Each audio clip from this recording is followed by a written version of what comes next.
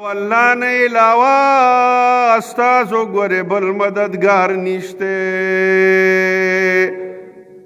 یو الله نه وغواړئ، یو الله ته وژاړئ، د یو الله دربار ته حاضري وکئ.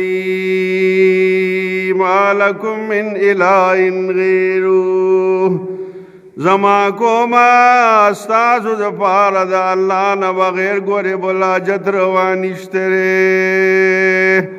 زما د خدای نه مروریږئ مه، ښې د سره کړي دي جنګونه وسه مه کوئ.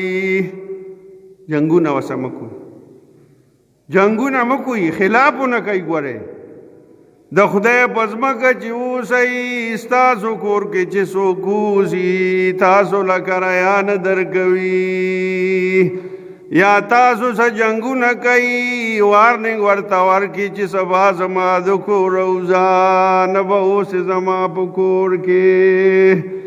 الله وایي و بنیانو تر اوسه مې درته نه دي ویلي چې زما د کور وځئ، خو که مې درته ووایي نو چېرته به ځئ؟ توان در کې نشته، چاته به ځئ؟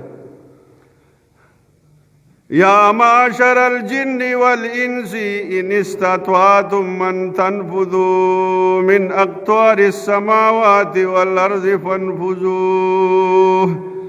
و بنیانو انسانان یی د انسانیت په لاره باندې روان شئ.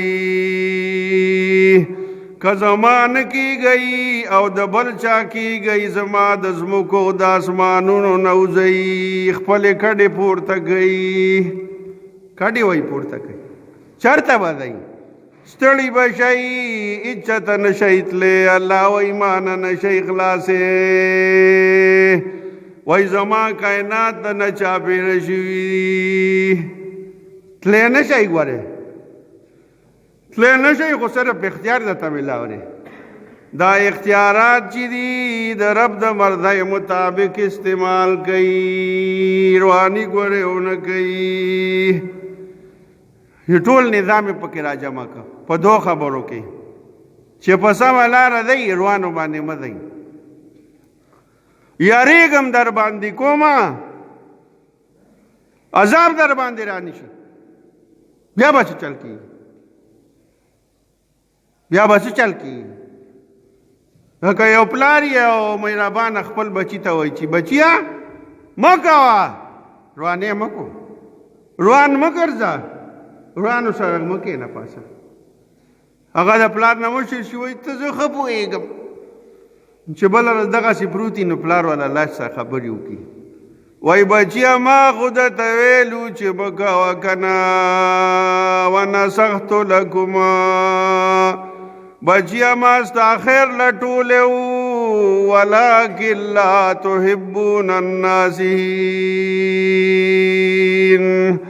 زما کوم څوک چې ستاسو خیر لټوي، هغه ستاسو د سترګو ازغي شوي دي، نو زه د څه چلو کومه زه څه چلو کوم؟ زما چې څه وس وه خو ما وکړه. نو دې طرف ته نبي خلق راوباله. معاویه رضی الله عنه وی نبی علیہ الصلوۃ والسلام فرمایل خدای چې چا سره د خیر اراده ولري د دین فهم ورته ورکړي، د دین فهم ولا ورکړي، د دین فهم ولا ورکړي. امام مسلم باب النهی عن المسألہ حدیث نمبر 1037 راوړی دی. وائی دین پوری نظام زندگی کا نام ہے. دین صرف جمعہ تا پورے نہ رہے، دا یو نظام زندگی دی، ټولو ته دین ویل شي. پدې کې تجارت هم شامل دی، معیشت پکې شامل دی، سیاست پکې شامل دی، معاشرت پکې شامل دی، اخلاقیات پکې شامل دي، معاملات پکې شامل دي، د حقوق د فرایض او تفصیلات پکې دي، د روح او د باطن د تسکین او د اصلاح لپاره د عبادتو سلسله پکې ده. و انسان ته چې کله د وحی الهی رڼا نصیب شي، د هر قدم صحیح سمت باندې روان شي. قدم اخلي که نه، وایي خدای چې چاله د دین فهم ورکړي نو دی دا قدم صحیح علي. او د اخلاق او د کردار په سانچه کې خپل ځان واچوي. لکه خلک بلاکونه جوړی کنه نو یو سانچه ولا جوړه کړي په هغه سانچه کې چې میټیریل واچي ښکلی بلاک ته نه راوځي. انسان ته وایي ته د دین په سانچه کې ځان واچو چې قیمتي شي. خدای دله دکه خوښ کړي دي وایه دکه خوښ کړي دي وایي چې کله مونږ د دین په سانچه کې ځان واچو مونږ به یو امن پسند خارې جوړ شو امن پسند به شو.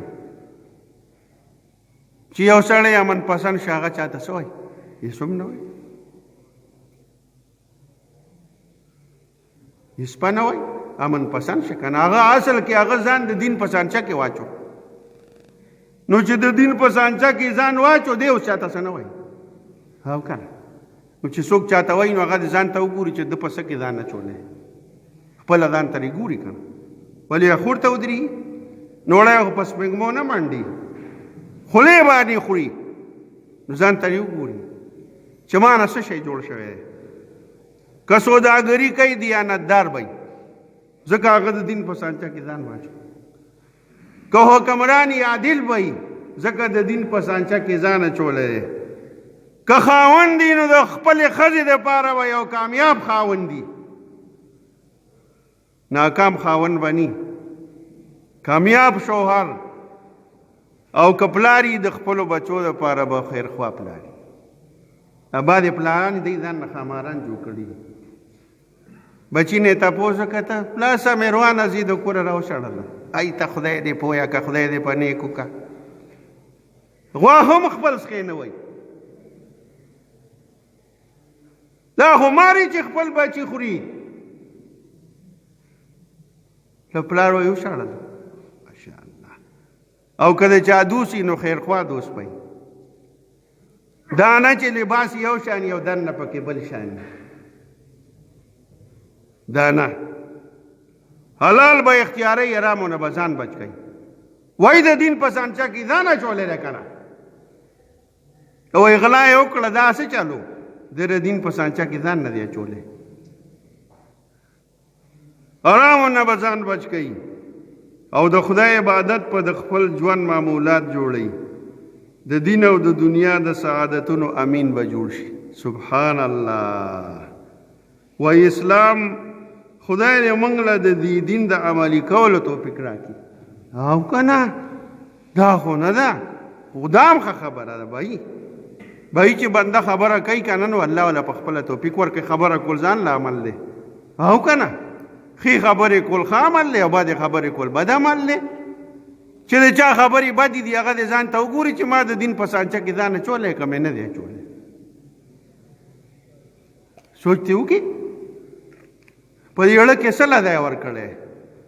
خدای دې ما له اول او پسې تاسو له د پوهې د عمل توفیق راکړي. سبحان ربک رب العزة عما یصفون.